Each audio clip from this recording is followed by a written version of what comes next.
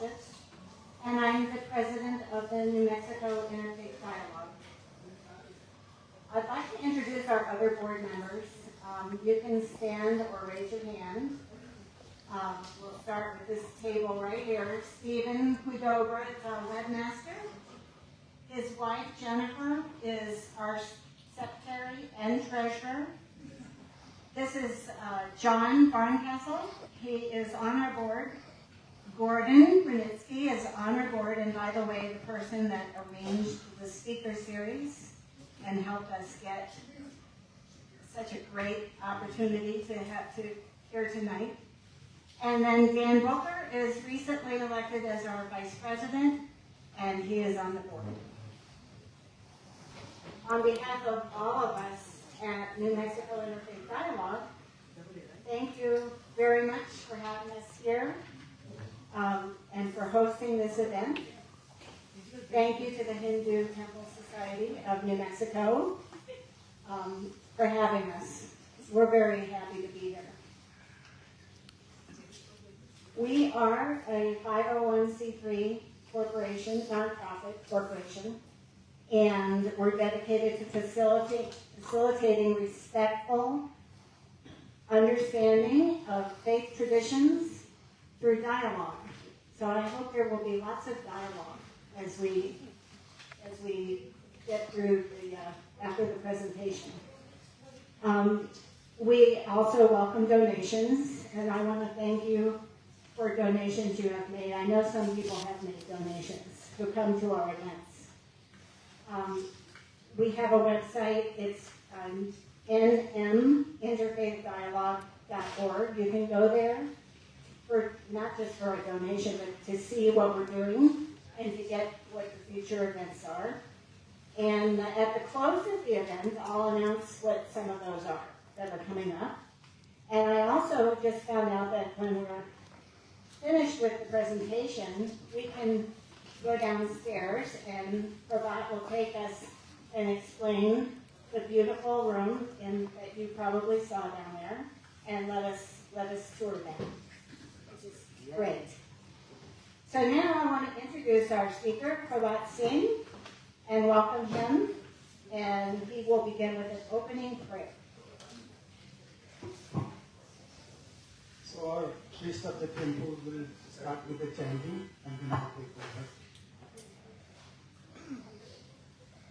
नमो स्वदन्ताय सहस्रमूर्तये सहस्रपाद शिशिरोरुबाहवे सहस्रनाम्ने पुरुषाय सहस्रपदे सहस्रकोटि युगधारिणे नमः वंशी विभूषितकरान् नवनीरनाभा पीताम्बरादरुणबिम्बफलाधरुष्टः पूर्णेन्दुसुन्दरमुखा अरविन्दनेत्रात्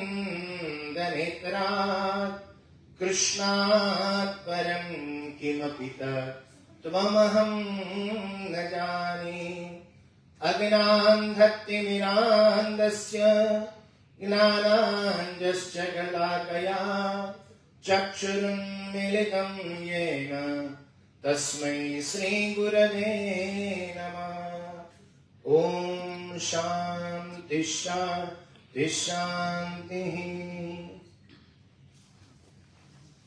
Thank you so much. My name is Prabhat Singh. And you can see it says, well, you can't see. You can turn up the light.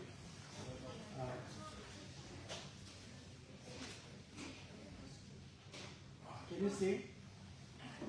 Is that okay? Is it comfortable? Or Fortunately, we have only one light that controls all the lights, one switch. okay. Well, you don't have to see me. Just need to see the side and you will talk. Can you speak louder? Yes. Thank you. Okay, sorry. So, Prabhat Singh, when I say Prabhat Singh, it's my body. I'm not Prabhat. My soul is the Prabhat, which I will explain later on at the end. if time permits. But right now, I'm very novice in this kind of presentation. This is my first time in my life. English is my second language, so please forgive me if I make any mistakes. So here we are going to talk about Hinduism in, it says in depth, but let's see how in depth I can go.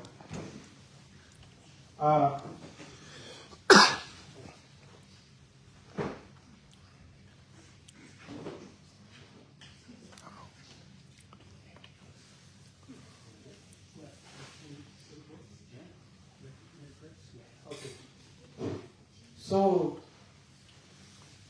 our main God is Radha and Krishna. Radha is the female consort and Krishna is the male consort. But they are one. And my spiritual master is Jagat Guru Sri Kripalaji Maharaj.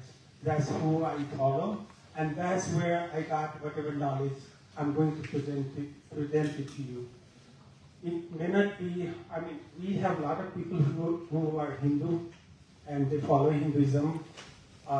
They might see that I'm talking something not very accurate, but I'll try my best. If they have any question, they can ask me later on or in the conversation. So, as far as everybody asks that, what's the origin of Hinduism? Actually, Hinduism is like a name given to the real name in due course in several thousand years. Real name of Hinduism is Sanatan Dharma. Sanatan means, it's a Hindi word, or you can say Sanskrit word. Sanatan means eternal, means it never started and it will never end. So it has always existed. Nobody can say that, well, it started in 1900 or 2000 years, whatever. It always existed. And the dharma is path to God.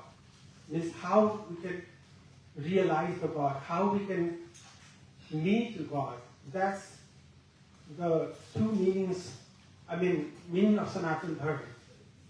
Now we can explain that who is God, who are the God, how we can go and achieve Him or reach to Him, or like how I'm talking to Him, talking to you, how we can talk to Him. Those are completely in detail, we can talk about it later on. But let's talk about the basic things first. So, like how we say that, this is 1920 or 2020. There is a timeline in Hindu religion. It starts with Satyug, which is almost 17,000, 17,028,000 years long. And then Treta Yuga is 12,096,000 long. So that's how we have Dwapar Yuga and Kali Yuga. We are in Kali Yuga right now. And Kali Yuga is 8,064,000 years long. Kali Yuga is left with 427,000 years more to come. So whenever we hear the news that, hey, this world is going to end, I'm not worried, because I'm going to have infinite term in this Kali Yuga. We have a lifespan of 60 years or 100 years maximum. So you can imagine how many times we can come to this planet. So Satyug, Treta Yuga, Dwapar Yuga, and Kali Yuga had its own characteristics. That's how, we know that, hey, these are the things happened during Satyug, and these are the things are happening in Kali Yuga. Satyug was completely like no lies, no greed, no war, nothing. Everybody was very spiritual. They thought about God all the time in every action they performed, all the time. Like not even a second. So that was called Satyug. And then Treta Yuga came, and that was kind of little below Satyug, which was people started having slight ego. Society needed rules and regulation. Kings were there. But those kings were also God-realized people. They followed all the rules. But you can see slowly the curve was coming down. And then Dwapar Yuga came. Well, one thing I forgot to tell you, that during Treta Yuga, our Bhagwan Ram came.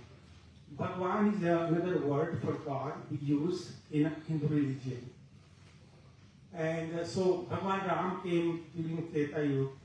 Dwapar Yuga started with more emotional, and people gotten competitive. There were wars between people. They were becoming jealous. And that's when Lord Krishna came. And then Kali Yuga started. And Kali Yuga, you can know, we are in Kali Yuga right now, and you can imagine what's happening. I mean, there is like anger, lust, competition, war, no love. Love means we are anticipating something in return. So we are going downhill. And that's the end of, after the end of the Kali Yuga, then the cycle begins again. Satyug and Dwapar, Treta, all those things will start continuing. So, let me tell you a little bit about our gurus. So, guru means teacher. I think in US also, there are a lot of places you will see that is so and so guru, So, guru came from, it's a Sanskrit word. Guru means Maya, Maya means it's a cosmic energy which keeps us bonded together. Like I know Gordon, I know Lisa. That's a cosmic energy. I know my wife, my kids, my friends. That's cosmic energy which keeps everybody bonded together. And so Gu means that cosmic energy. Ru means the person who can help you get rid of those Maya, cosmic energy. And that's very important. Because if you want to achieve the God or realize Him, you have to get rid of this cosmic energy, unless there is no way. So, in lineage, we had 4 Jagat Guru. Now, Jagat Guru means, Jagat means world, universe. So, this first Jagat Guru, he came in 509 BC, during that time. And then after 300, 400 years after first, the second one came, third one came, fourth one came. So second one was Jagat Guru Nimbakacharya, Jagat Guru Ramanujacharya came, and then fourth one was Jagat Guru Nimbakacharya. The fifth one came 700 years after the fourth one, who is Jagat Guru Sri Kripaluji Maharaj, who is my spiritual master. He is no longer in the world, but he's the one where I'm getting all the inspiration and whatever I learned from him. So he came after 700 years after the fourth one. And next one, who knows, 500 years, 1,000 years, it's a long time. He was God realized saint. Means he saw the God, he talked to them, he could, we have a lot of sacred text. He can fluently speak all the verses without seeing the books. There are so many qualities he has. I can't explain everything here. So we talked about Guru. So one thing about the Guru, which I was explaining, sorry I spoke a little earlier. So Guru has to have 2 qualities. One, he has to be God realized, and he has to have complete knowledge of all the sacred books. Those are the only people can be called Guru. I can't call myself Guru. People can call themselves Guru, but it doesn't mean anything. Now about Hinduism or Sanatan Dharma, like you can hear a lot of people are saying, will say that Hindu Dharma has so many gods, but that's not the truth. Truth is, we have only one God, but there are many manifestations. Like, I'm speaking right now, people will be thinking that, hey, he's presenting Hindu Dharma on this platform, and the minute I go to my work, I'm the boss there. I'm the same person. Basically, I'm a pharmacist also. So when I go to Walgreens and I work there in a white coat, I'm a pharmacist. I help somebody in a different aspect of their life. But I'm the same person. The same way, there's only one God, but he or she has different manifestation at a different time, at a different situation. They behave differently. So people who don't know about Hinduism, they will say that, oh, you have so many gods. How do you pray? I'm like, there's only one tree. Your branches, leaves. I mean, it doesn't mean that there are more than one tree. There's only one tree, but there are so many leaves.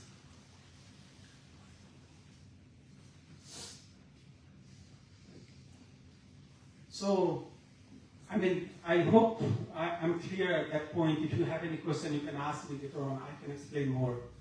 And then in Hinduism, we believe in karma. Karma means action. So that's very important factor in Hinduism.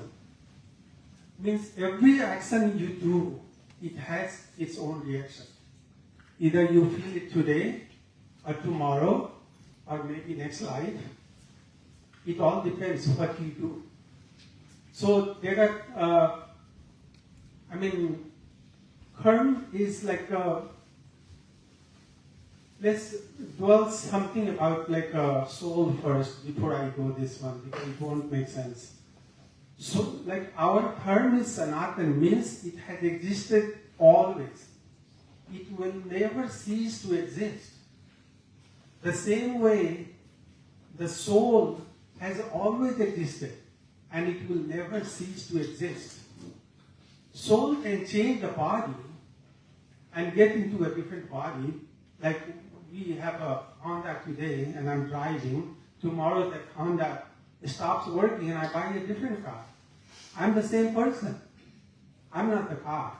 I'm Prabhat. So the same way, soul changes body.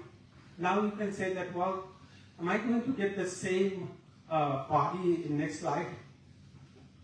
That I can discuss, I'll discuss later on. But let's talk about karma. So our soul has always existed and we keep doing karma. Every life we take birth, which was infinite time, because soul has existed forever. Just think from that perspective. So we took so many lives, so many births, and we did all kinds of action, good and bad, good and bad. Everything is being recorded. Now, somebody can ask me, who is recording all these things? If you asked me 30 years ago that, hey, there is a movie you can play on your computer, I would joke, I would laugh. But right now we can do anything. I'm here in the US and I can see somebody in India on video and talk to them. That was exciting at the time. The same way, a lot of things doesn't make sense, but it does exist. So all these actions we do every time we take birth, it gets accumulated. So we have to be very careful what we do, what we say, what we think. And even in God's field, he or she is not very keen about what you do physically. What you think, that's what it matters. I'll give you an example. I can take a gun and shoot somebody. I can take a knife and stab somebody. the same knife a surgeon can take in the hospital and make a right choice, and that person will be relieved of the pain. So thought is important. When I'm stabbing somebody, my thought is completely different. It will go against me. But when a doctor uses the same knife, it will go for him. So thought is the only thing which counts towards your action. So action, all these karmas get accumulated, and when you get to the next life, what God does, it take a pinch of it and give it to you. Like, okay, you are going to get this reaction of your karmas for this lifetime. It may be good, bad, or mix of it. But you have choice. You have control over one thing, that this lifetime, I'm going to do good or bad. That's the decision you can make. And that's very important. Because that's the only thing you have control. Once it's done, you don't have any control. So every time you get a life, a human body, it's so precious. I mean, just imagine, it's so precious that human life you don't get every time you're born. There are 84 million species in the world. And you can get into any one of those things. And I'll go a little more, let's finish. Sorry, I get carried away. Now we're talking about reincarnation. That's one of the most important thing also in Hindu religion. And I think I talked to you about this one, like getting into a car, reincarnation. Every time you die, your body is here, but you move on and get into a different life.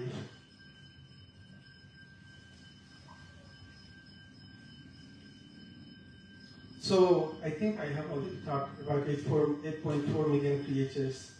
So we talk about moksha means liberation, and so moksha in our Hindu religion is like we are on this planet and we do good things and we go to heaven. In Hindi we call it Swarg. S-W-A-R-G. So you do good things, get enough points, and you go to Swarg. And there you spend some time, maybe 100 years, 200 years, 1,000 years, and then you come back. Again in the same cycle of 84 million species. But it says in our scripture that once you realize the God, once you become part of Him, then you are out of that cycle. And that's our goal. Our goal is not to go to the heaven, because if you go to heaven after so many years, you are coming back. And in heaven, well, one more thing I want to introduce here. So, out of 84 million species, human being is the only body where you can think, you can make a decision, and you can realize God. None of the other creatures except the human being can realize God. So that's why they say that when you get a human body, you have to be really using it very wisely that you attain the God realization. Because once you lost this opportunity, you never know that you are going to get the human body. Because depending on your past karmas and what you are doing right now, who knows? And even it says in our scripture that there are so many souls, infinite number of souls wandering around in the universe. Only time you get a human body is like when God is so pleased with that soul that, hey, let's go. Like a kid is at home, 4 or 5 years old, and parents Sometimes they come from work or somewhere else and they're like, oh, I'm going to buy something for my kid. He will be so happy. The kid is never asked for anything, but you got so happy and attached that you bought something. The same way, the whole Hindu philosophy is so scientific. If you just compare with our lifestyle in this world, it connects. He's our father, he's our mother. He gets happy out of nothing, like we do. And he gives us a present. Hey, go, get a human body, and go, live a life. But living a life is not like what we do here. It means go ahead and realize me. Come to me, become my part. God has a both, like a kingdom, where we can go and live happily thereafter. So, moksha, I said about Swarg and heaven, and God realization also I told you. So, soul, it's like God is eternal, soul is the same way, is eternal. Its number is infinite, you can't count, and it never takes birth and never die. Only thing that it changes the body. So death is not like we see as death. It's just a changing of the costume. And people can ask that, what's the size of the soul? Well, you can't measure it because you can see the same soul in an ant and same soul in an elephant. So elephant doesn't have a bigger soul than ant. So we can't see it. It's so minute. It works. I mean, it does its work by keeping any living being alive, functional. But again, people can ask you that where the soul gets power from. Because soul is moving after so many years. So soul has its connection from the powerhouse, powerhouse from the God. Because in our life also, you can see everywhere wherever the power is, they have a powerhouse somewhere. The same way, it's not like we can see it connected. But once you go to the spirituality, it will start making sense that, hey, I have connected with this person who is a guru, and I feel differently. I have seen myself, like in my life of 63 years, I have seen so many changes. I mean, up and down, up and down. I used to not believe a lot of things, but once I came in contact with my spiritual master, and I started reading the books and stuff, it started making sense. Like a math, that you do this, you press this, you think about this, and this will happen. And it happens. So it's just a matter of practicing.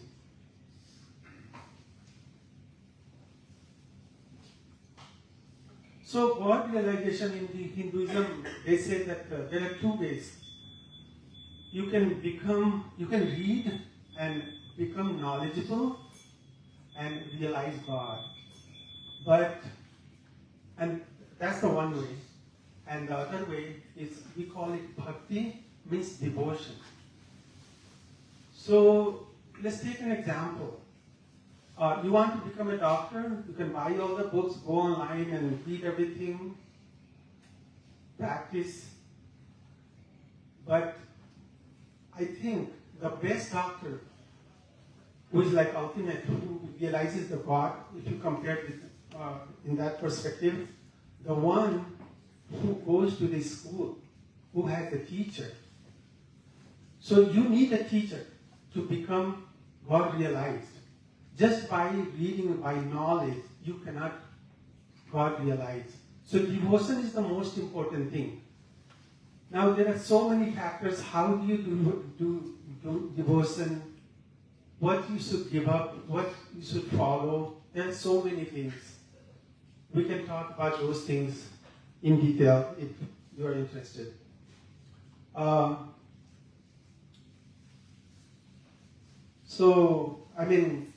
Devotion, there are 5 things you have to control,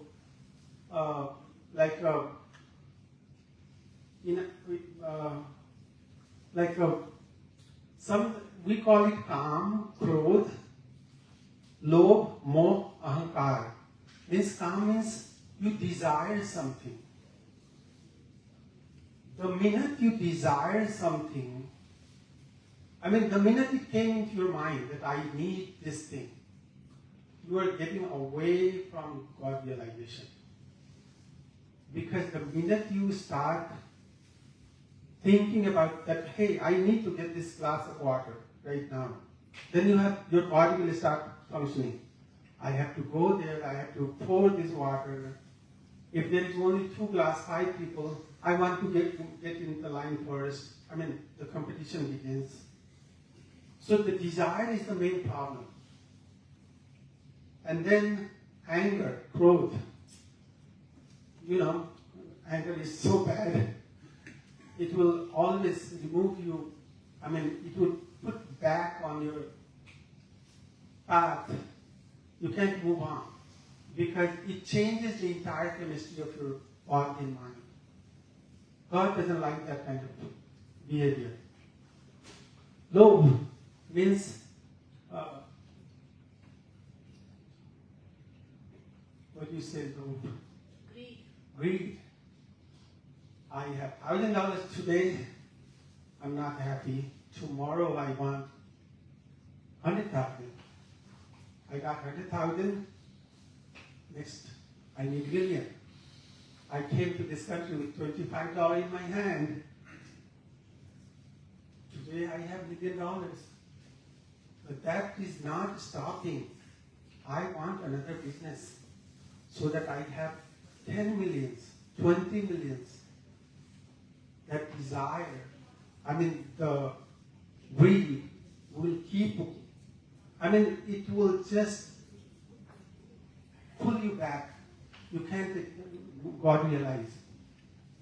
Then more means attachment. I have attachment to my dog, to my friend, to my wife, to my daughter, with my body. Attachment to your body. That's the most, I want to look good. I want to wear good so that people can see and tell me, hey, you look handsome. That's attachment. It will never take you to that ultimate platform. Ahankara means pride. That's the worst thing you can have. I'm standing here. I'm like, oh, Gordon gave me a chance to talk. I'm so happy and proud. Worst thing you want to do.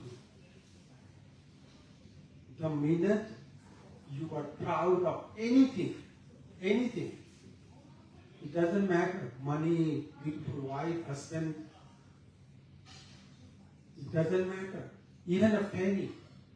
The pride will take you down to the gutter. You can't do anything. And pride comes in different forms. Even if you have a simple car and you drive in a certain area, you feel like, oh, he doesn't have a car, I have a car. I have a degree. I have a house. The pride will break you down. You will never achieve God.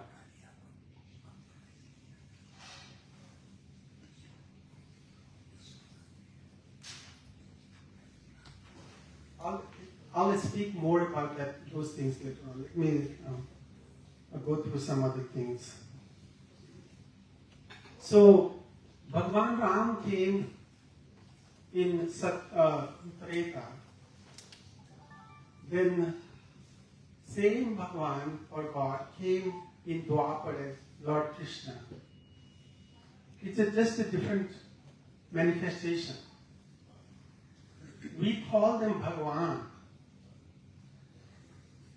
There are other manifestations. We call them different, we give them a different name, like Lord Shiva, Lord Vishnu. There are other, the other name is Devata. Devata is, I can't completely translate into English, but we see God in, that's the one other good thing about, I shouldn't say good thing, but that's what Hinduism, Hindu philosophy follows, that we see God in everything. Everything. This computer, this water bottle, you, the table, in everything. The mountain, the forest, the water running. That's why whenever, if you are really following Hinduism, you will be always careful. You will always be polite with everything. Even fire, we have a name. For fire we have a god. For ocean we have a god. We call them Devata. And they live in Shwarg, where our god, Lord Indra, is the king.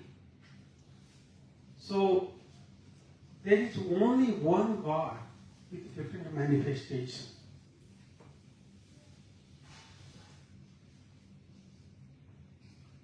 So in Hindu temple, you will see we do arati. We have a plate like you can see, and there is a flame, and we do it clockwise. So when we do clockwise, it goes like this. It's like a sunlight, we call them. And it goes like up and down, up and down. So when it goes up, it means we are admiring him or her. That, hey, I'm so delighted, I'm so happy that you gave me an opportunity to pray. And then when it goes down, it means I'm trying to be humble, like this. So that's what this arti means.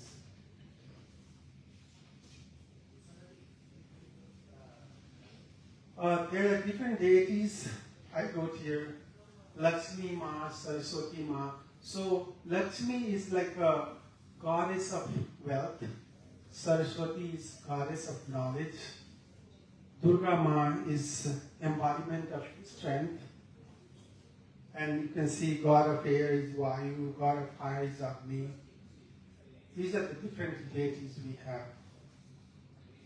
Now let's talk about our sacred texts, the scriptures.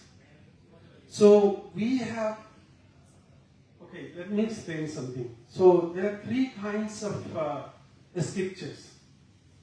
Well, there are only two, but third one, I call it book, not a scripture. One is Vedas. Vedas was, I should not say written, because God existed forever and Vedas has existed forever. So God,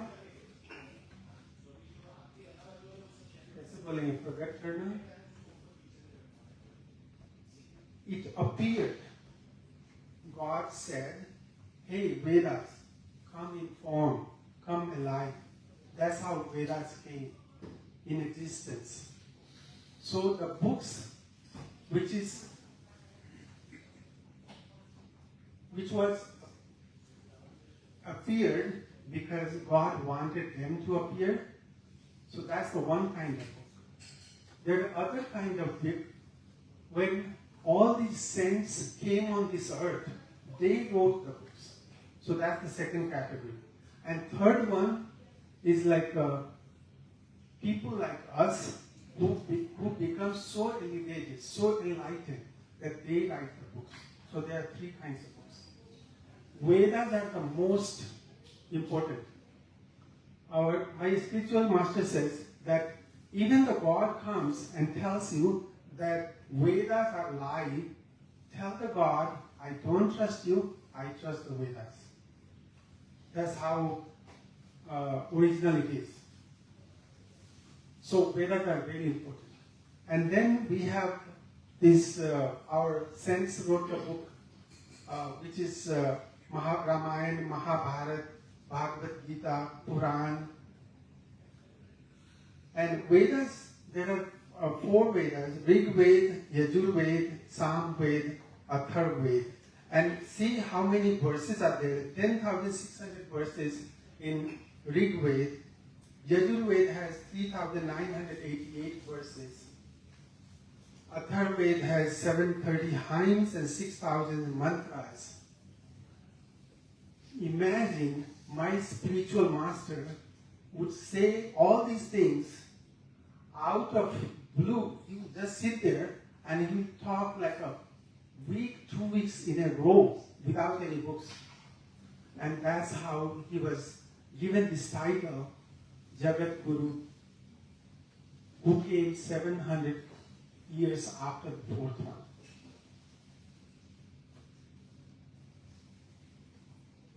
So we do puja, prayer. We call it puja, P-U-J-A. So we offer food, flowers, incense, arti. All these are part of the puja. We chant mantras. We sing bhajans. Bhajans means a spiritual song in admiration of our Almighty.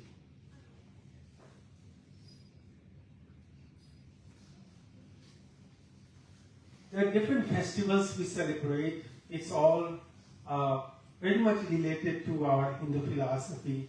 We have Diwali, when Lord Rama came after exile.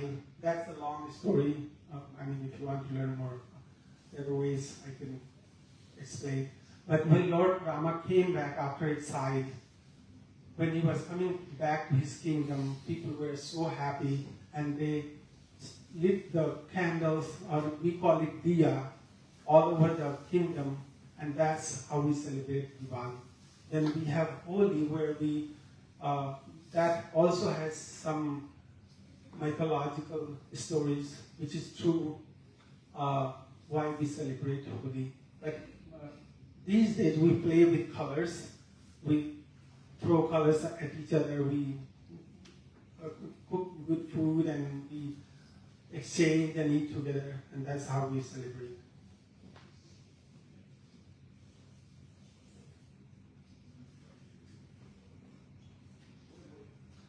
Temples are very important to us. Like another religion, they have churches, mosques. Those are the pillar of religion where you can go. Some people will say that, hey, I don't go to church or I don't go to temple. I just pray in the God.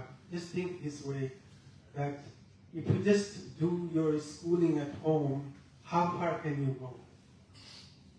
The same thing, simple analogy.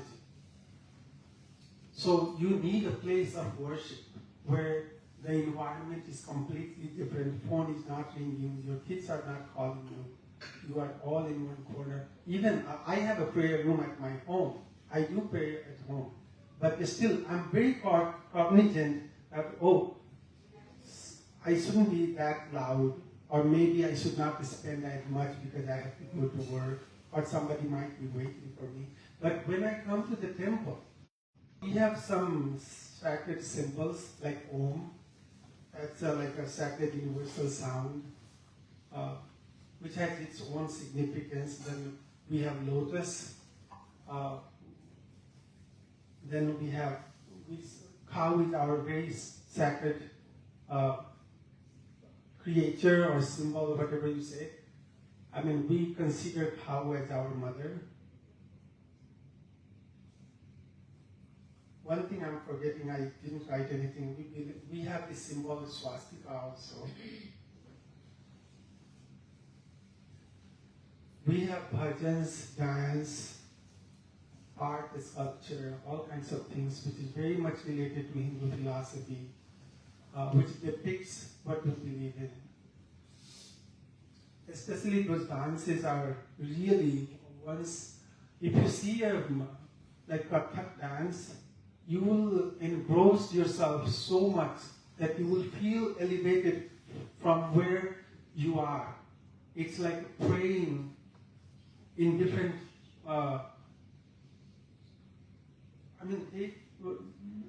they dance in such a way that you will feel connected to the God. It's not just dancing. It has a spiritual connection. Hinduism is very diverse. I think I'm almost done. Okay. So Hinduism, like how I was talking to you about soul and stuff, we can turn on the light now. How I was talking to you about soul and stuff. Soul is infinite. It doesn't matter if you are in India or USA. Soul is all over. Soul is connected to the God. And it doesn't matter if it's Alan's soul or Mr. Right. Samir. Yeah, Mr. Samir's soul. We all have the same soul. It's hard to digest. It's very hard to digest because we have not been taught that way. Our soul has the same, it's made up of the same thing. Only thing, it has a different character because of our karmas. The soul have those, like this is the computer. 10 computers. Give it to 10 different people. When it comes from this factory, the same computer. It will work similarly, no matter what. After 5 years, this has bug, this does not have bug, this has so much of storage. Same thing. So, according to our religion, entire soul, which can be in 84 million species, is the same soul. That's why I consider, not me, but Hindu philosophy consider entire living being or non-living being. They have the same soul. They are part of me, means they are part of the God. It doesn't matter, you call yourself American, Indian, white, black, short, tall, a tree, a mice, an ant, is the same soul. Everybody is longing to reach to the same goal, to Almighty. Even ant. So it says that God He's the bliss. Let's put it this way. He's the bliss. We are all longing for bliss every moment. You came here because you are looking for a bliss. I'm standing here because I'm enjoying this. Any action you do, any action, it doesn't matter. You walk one step. That's because your soul is longing for bliss. You are eating. You like this food. You went to a movie. You found a girlfriend. The reason it's happening because you are looking for bliss. And bliss is the God. Nobody will do any action unless they're not longing for bliss. You name one creature which is not looking for bliss. It doesn't matter. Any part of the world, we are looking for bliss. And we are trying, but we are not trying hard. If I can come all the way from India to Albuquerque, all the hard work, then I can receive the bliss also. Only thing, I'm not working hard to achieve that bliss. I did work hard. That's why I came to the US. But after that, I thought that, well, this is a bliss. Being in America, having a house, having a wife, having a job, making money. But that's not the bliss. And that's the reason why I'm still trying to multiply. I need more dollars, more house, more jobs, more business. And this will keep happening until I die. And then I lost the greatest gift God gave us. Because He gave this body to achieve Him, to achieve the bliss. A dog cannot do that. Right? Dog cannot think. He's not God. God has not given him that privilege that, hey, you can achieve me, you can realize me. No. Only the human being has this privilege to realize him. So we say that I'm Hindu, I'm Christian, I'm this and that, I'm American, I'm from India, this and that. It's all, if you see from that perspective, soul and bliss, you will realize that, hey, I have the same soul. Only thing I have to do, I have to just work hard and get into that bliss.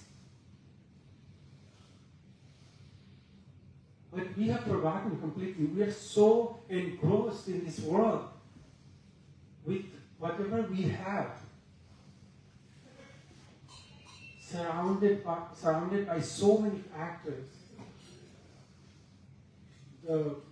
All these physical things we have, that we don't have time. How much time do we spend every day for devotion, so that we can get to the bliss? Maybe an hour maximum in 24 hours. We are so biased, right? We do everything for our body.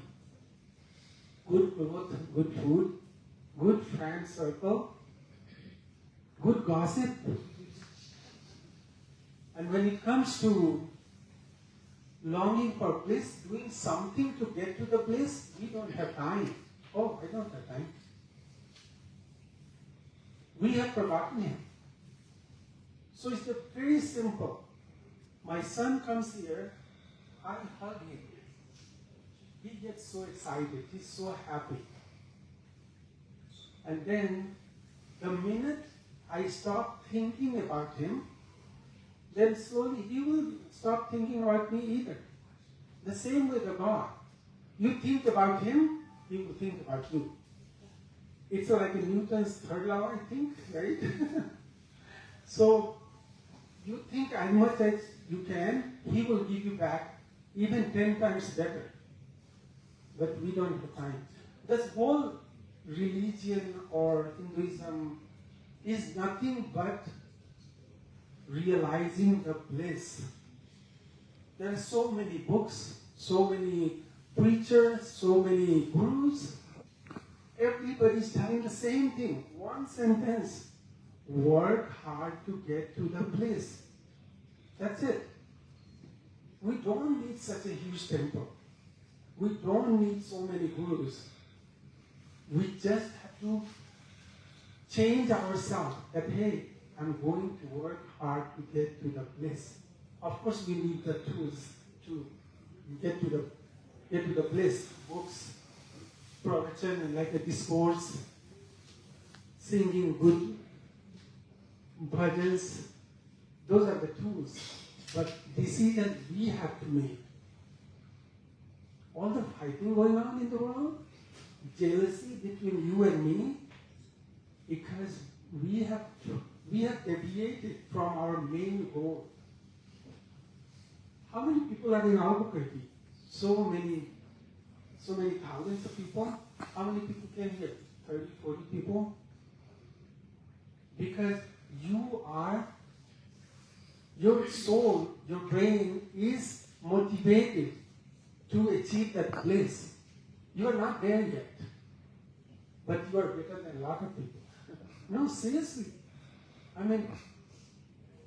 This time you could have done something, watch TV, talk to friends and have parties, but you came here.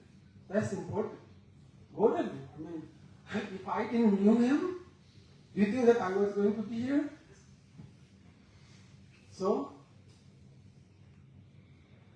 I think I'm going to stop here. You might have a lot of questions I can answer. Before we start this one, I just want to let you know that there are a few books there I follow, some in English, some in Hindi. If you really want those books, they're not very expensive. If you want, I can get you even free. But if you are interested, just write down on the back of the paper, I left it, and that, hey, I want this, or just let me know, I'll order for you. Now, it's open for any question.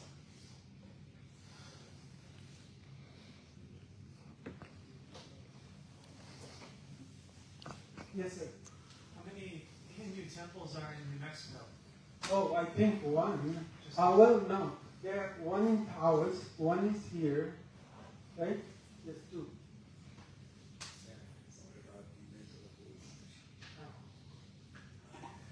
Thank you. I have a question for Prabhat ji, but before I get to that, I want to thank you all for being one of the board of trustee members of this temple for the last 20 plus years. So, one thing I must say that the man behind this all psychodrama is Gordon Broniski. He is the one who has arranged this interfaith dialogue. And I would like you to give a big hand to this man. Please stand up. Take a bow. Here's the man, right from the beginning. And really, what can I say? And Prabhat, you only have one question, very simple. I know you mentioned about your guru, your Badu Maharaj. Can you tell us a little bit about your interaction with him? When did you meet him? And how he changed your life? Well, that's a long, I don't know if you take the time, but one thing I can tell you, when I came from India, I went to the pharmacy school here, and I went to Texas to get my Texas license. So my hobby, well, I shouldn't say hobby, that's my field. Whenever I go to any town, I look for a temple. So I found a temple in Austin. And I drove and drove. It was too far from the town at that time. And I parked my car and I went inside the hall. I mean, it's hard to realize what I'm saying, but that's how I felt. I sat in the hall, there was altar, and bhajan was going on, and I sat there, and I felt completely different. My whole body was shaking, my hairs were all standing tall, and I'm like, what's happening? But I enjoyed the time I spent there. When I was coming back, there was a book. It used to be that way. You write your name and address and everything, so I wrote. And then they called me after 2 months.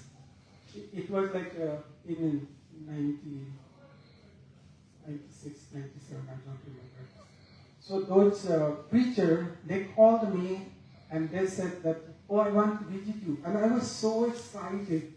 I'm like, really? So they came to our house, we had programs, and then one of them asked me if they can borrow my car. So I'm like, you know, as usual human being, I'm like, are you sure you want to borrow my car? But I gave it to them anyway. They had to go somewhere. And then finally, they left. And the day they left, I sat in a room and I cried. I cried. And I called them that, hey, this is what I'm going through. And you know what they said? That's what we wanted you to go through. And that's when I started getting into this. There were times when it went down and up and down. But I'm very committed now. Now I understand the reality, the soul, the bliss, what he has given us, my spiritual master, what's going on in India. They have a huge temple in Austin, lot of programs going on, temple in Atlanta, New York, Los Angeles, lot of other places, they have temples. There are a lot of programs going on every single day. I just visited the main center in India. I stayed there for 6 nights. It was amazing, out of world. So, yes, sir. Oh, go ahead. My question is the relativity of Hinduism with other faiths. I really connected with the interconnectedness that I heard you describing. So I'm wondering, thinking about Muhammad, peace be upon him, or Jesus, are they considered gurus in Hinduism, or are they separate and kind of outside of that? Okay, so as far as I understand, okay, so let me tell you one thing before I say. I'm not a certified person. Whatever I'm saying, what I felt, what I learned, so I may be completely wrong. But as far as what my spiritual master has taught us, Jesus Christ is one of the messengers of the God. That's how he says too. And of course, you should follow him if you get to the bliss. Now, it all depends how much hard work you are doing to get to the bliss. I mean, Jesus said the same thing, to get to the bliss. I mean, ultimately. As far as I understand, I think in India there was a church, Seventh-day Adventists, right? Their philosophy is the same. Get to the bliss, right? Our next speaker is Seventh-day Adventist. Yeah, get to the bliss. That's the goal. It doesn't matter who is who and who said what. The main thing is get to the bliss. Now you come through this way or this way. As long as you get to the bliss, because we have the same soul. A computer manufactured in Taiwan goes to your place and to my place, in India or USA. The God has said, same soul all over the universe. It's very complicated. I mean, not complicated, but I'm not authorized. I'm not very trained. Since he gave me an opportunity to talk, I thought, yes. I was going to ask if you conceptualize when you speak of God, do you put the male pronouns with God, or how do you do that? Because I heard you speaking of Lakshmi Yes. and the women goddesses, and then, but generally speaking, is it a male pronoun you're going to be using to say God, he, him? So, from Hindu philosophy, God is all powerful. Is all, Powerful. okay, He can do anything. He or she, well, I'm coming there. okay. He can do anything. He can become she. He can become he. Like how we hear from our ear, he can hear from nose. And you will say, how? He knows, I don't. But I'll give you an example. How he's so powerful. I'm going to give you one example from us first. Just think about some situation where you are focused doing something and suddenly your thought went somewhere else. Which happens, right?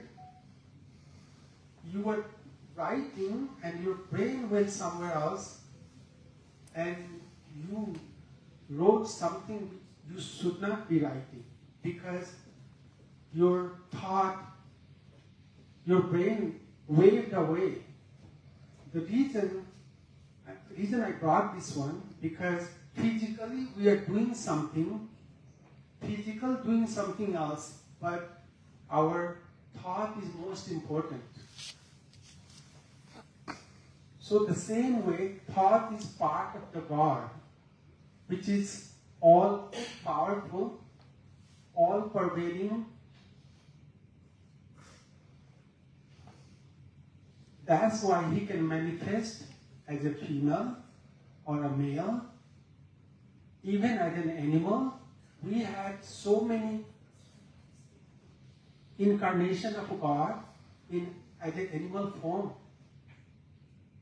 Like we had turtle, we had fish who appeared as God.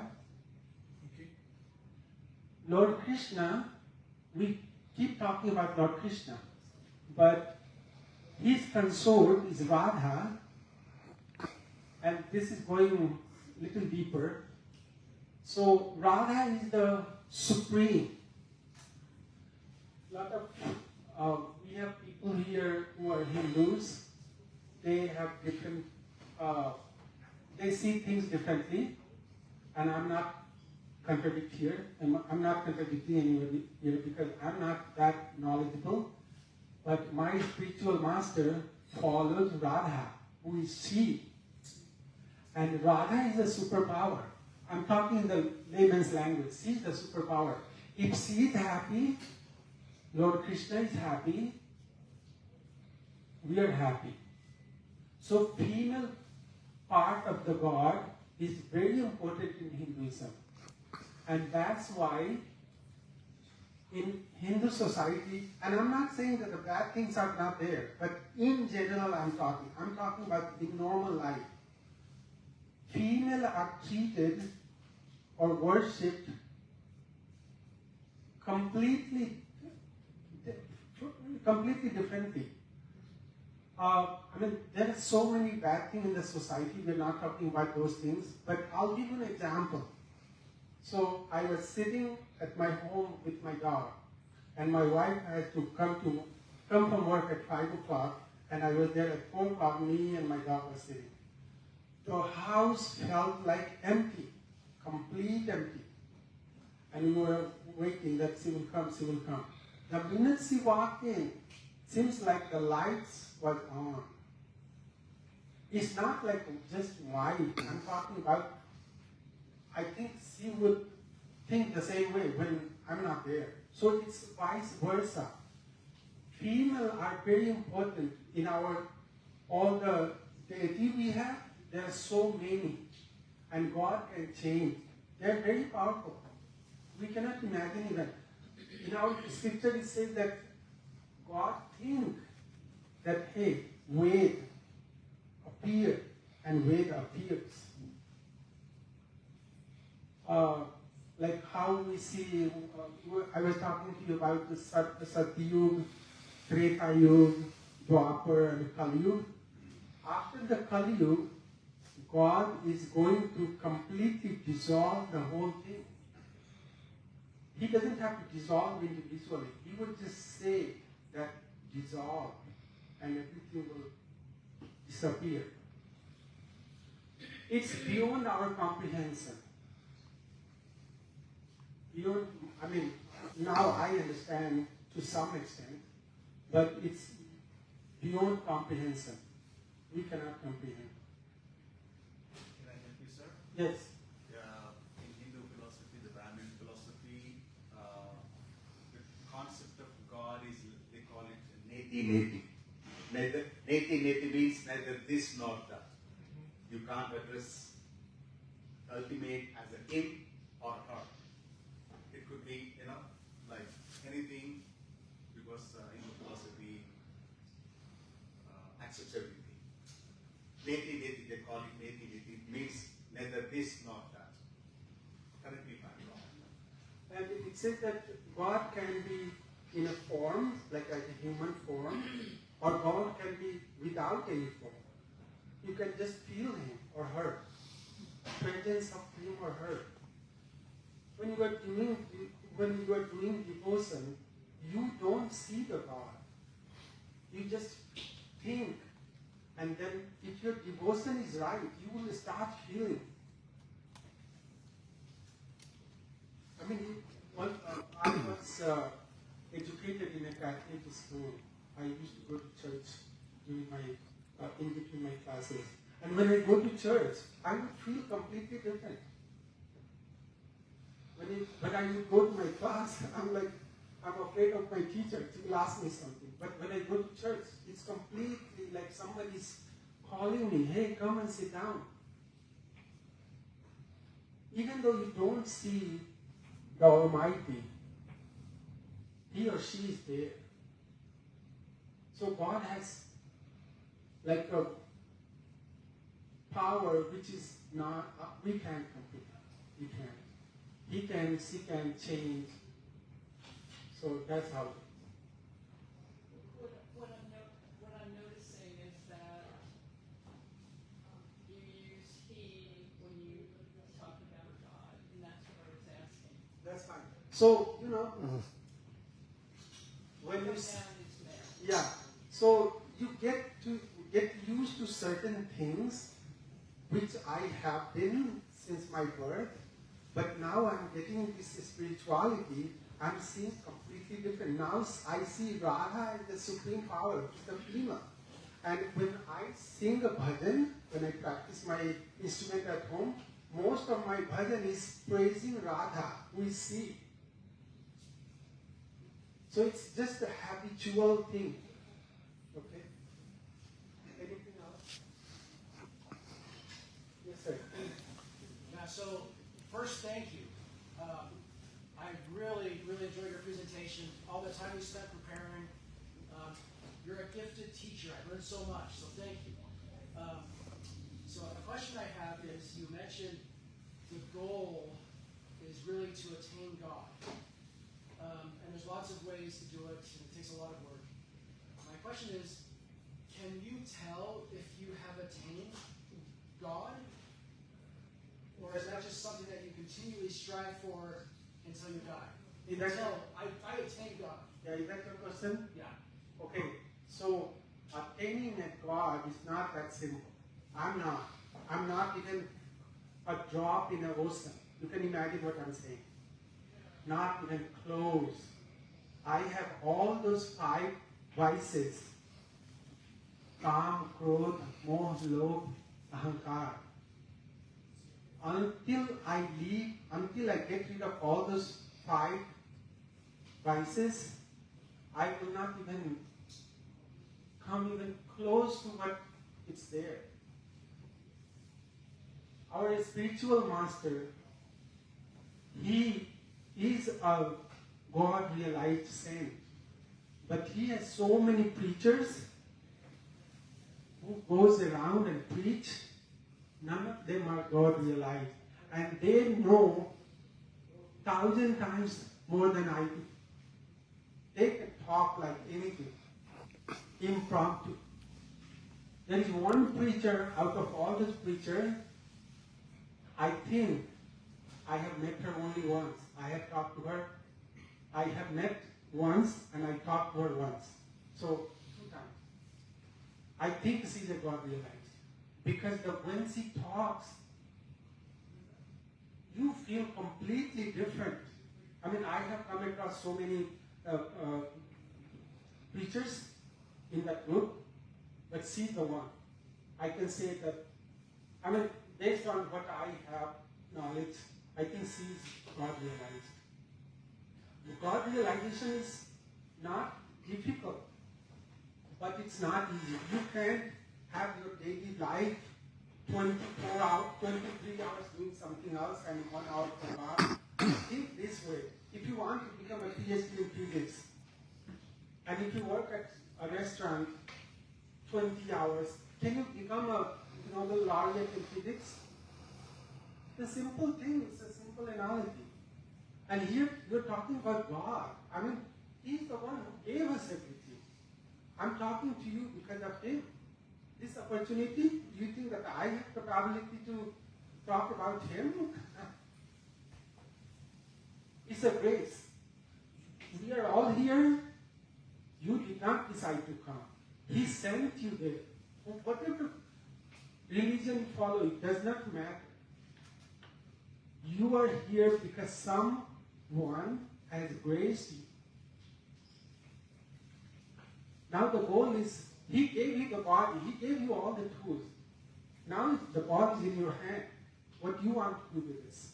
Play with it, and one day leave this body, and then you keep wandering in 84 million lives, or use this body to achieve the bliss. You have to make the decision. You can't blame anybody else. I mean, if you want, you can. But you have to make the decision. And I'm trying my best. I'm not saying, like I said, I'm one of those drops in the ocean. I'm trying my best to achieve the bliss. There's so many hurdles, so many things to learn, so many things to do. Thank you. Any other question?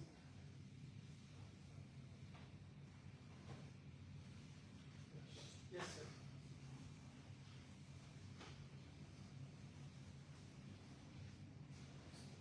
Many people might want to know where we are in the Kali Yuga cycle. I'm particularly hoping that we're near the end. It's quite a ride. Have you any thoughts on where, in time-wise, where we are? So I think I mentioned this one. We have like 32,000 or 33,000 years left. You can imagine how many times we can come back. I mean, this is nothing. What we are seeing right now in Kali Yuga is nothing. The worst is coming. So the best thing, this is the opportunity you have to. Okay, so somebody will ask you that, hey, you are asking me to work on getting to the place. How am I going to pay my bills? Right? We have to pay our bills. We have to keep our family friends happy. There is a way in our scripture called Gita. It says that there are two things, karma yoga and karma sannyas. Karma sannyas means you go to the temple for an hour, sit there, and just pray devotion. Karma yoga means you can keep doing things what you are doing, but always do things for him or her. I'm eating because I want to be healthy so that I can pray him. I can work towards realizing you. I'm wearing a good clothes because I want to look handsome or beautiful because you like good things. And I want to be part of that. Not like because I'm wearing this thing because I'm going to a party and people will tell me, oh, you look handsome. That's not karma yoga. You can achieve everything in this lifetime. There is a process, there is a tools. Only thing, we have to make a decision what we want to do. And I think every religion, plus and minus one or two, say the same thing in a different language. The reason we get into trouble between you and me, because we are not spending time to do our thing, which is going towards the bliss. We are worrying about something else. We have the same goal.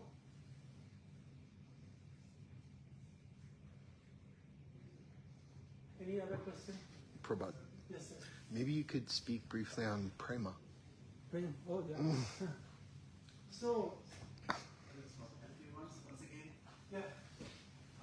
some people say it's 5,000 years in the Kali. We are 5,000 years into the Kali.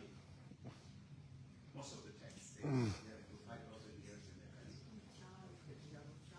So, Mathura Das was saying that talk about love. So, real love can only happen between soul and the God. Anything else is not love. I do things for you, you do things for me. That's a trade. We gave a name love in this world. But the real love it has three qualities. It never ends. It always grows. And there was one more thing I forgot. So, it's never ending, it's always growing. And it's blissful. You buy one computer today, you start using, after 2 years, you're like, oh, I need a new computer. Your son comes after 5 years, when you didn't see him, he comes and first thing when you see him, how closely you hold him. You're like, and after 2 hours, he's like, oh, do your things, I have to do my thing. But with God, more you approach, more He holds you. More you practice the devotion, more you get attracted. It never ends. That's called love. And that only exists between soul and the God. Not between two souls. No. If somebody tells you, just tell them, go away. Two souls that love each other. Two bonds. Oh, okay. So, two souls, there can be a love, like a physical love, attraction, but the love means bliss. That's another name of the love. So bliss is only between soul, because soul is the part of the God. And the soul wants to attain the bliss. Like, when the water falls, it always wants to go to the ocean. It doesn't go backward. And once it goes to the ocean, they become the part of the ocean. The soul becomes the ocean. That's how it is. I think I took a lot of time. Sorry. If you have any questions, you can start.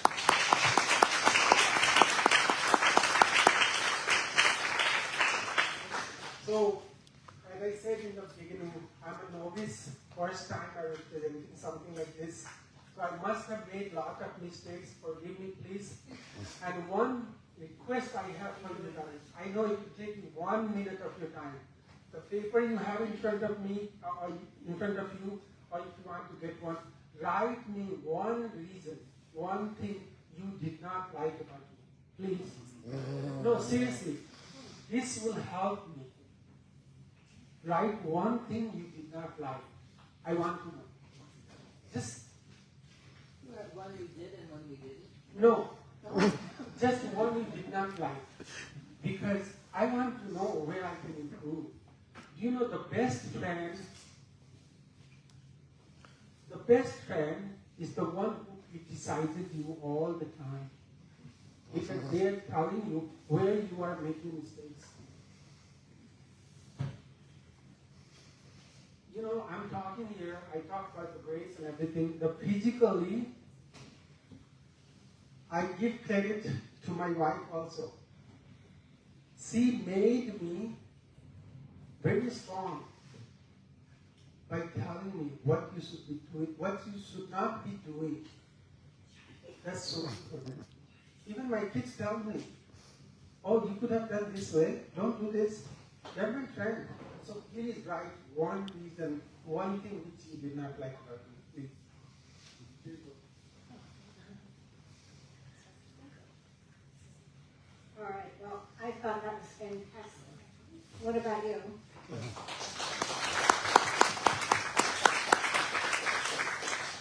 All right, thank you so much for speaking to us. I thought you were very, very enlightening. And I again thank your group for having us here and being such great hosts. I have a few announcements. We're going to continue our speaker series in February on the 19th, and we will have Pastor Ricardo Castro from the Seventh-day Adventist Church in Las Lunas. Now, we are working to find a location a little bit closer to Albuquerque for him to speak, because I think that will work out best for us. And that will be announced. If you are signed up on this form, and you're going to get our emails, and you're going to find out what we're doing and where it is and all that stuff. Another announcement that I want to make is that on April 12th, we will have our annual spring colloquium This is a half-a-day event. It's on a Sunday. And we have a theme for this event. It is Faith and Hope, Finding Common Ground in Challenging Times. And we will have speakers, a moderator, you will come, we will have a chance for interaction and to ask questions on that topic. And actually, I want to say that if you know someone who is a faith leader or a person of faith in any way, who would be a good speaker on that topic, please let us know, because we're still working on our lineup for that. Okay? All right. What's that? When is it scheduled? April 12th. Sunday, April 12th. Yes. Now, I've already mentioned about the registration form. That's how you, when you sign in, that's how you get our emails. And I'd like to end with a closing prayer, after which there is more food, and we are also able to go downstairs and see that. Okay. All right. My closing prayer or statement is from an article by the founder of my religion, which is Scientology, and it's by L. Ron Hubbard. He wrote an article called "What is Greatness?" And this is a part of it. The real lesson to learn is to love. He who would walk scatheless through his days must learn this. Never use what is done to one as a basis for hatred. Never desire revenge. It requires real strength to love man, and to love him despite all invitations to do otherwise, all provocations, and all reasons why one should not. Happiness and strength endure only in the absence of hate.